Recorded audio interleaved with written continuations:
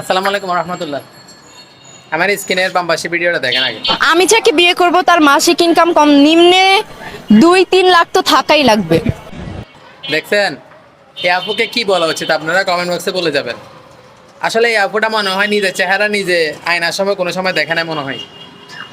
এই আপু যেভাবে কথা বলতেছে মানে আমার মনে হয় উনি যদি আর একটু ভালো হয়তো মানে ওনার চেহারার গেটআপ আর একটু ভালো হয়তো উনি মনে হয় তার চেয়ে আরও দ্বিগুণ কথাবার্তা বলতো। আসলে বলতে গেলে আমাদের সমাজে এই ধরনের মানুষগুলাই অনেক খারাপ মানুষ আমি মনে করি। আসলে একটা মানুষ যখন ও যে বিয়ে করবে ঠিক আছে, ওর সোশ্যাল মিডিয়াতে আসে এই কথাগুলো বলার দরকার আছে।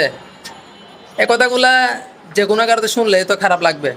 আরে ভাই আপনি যে বলছেন কথাটা আপনার কতটুকু আছে আগে এটা নিজেরটা দেখতে হবে, তারপরে আরেকজনের উপর ডিপেন্ড করতে হবে, ঠিক আছে? কারণ আল্লাহ তাআলা আমাদের রিজিক কোথায় রাখছে আমরা নিজেরাও জানি না। তা আমি কোটি টাকা লাখ টাকার চিন্তা করে তো লাভ নেই। আসলে দিন শেষে এই ধরনের ভিডিওগুলো সামনে আসলেই বিরক্তকর লাগে। ভালো থাকবেন, ধন্যবাদ।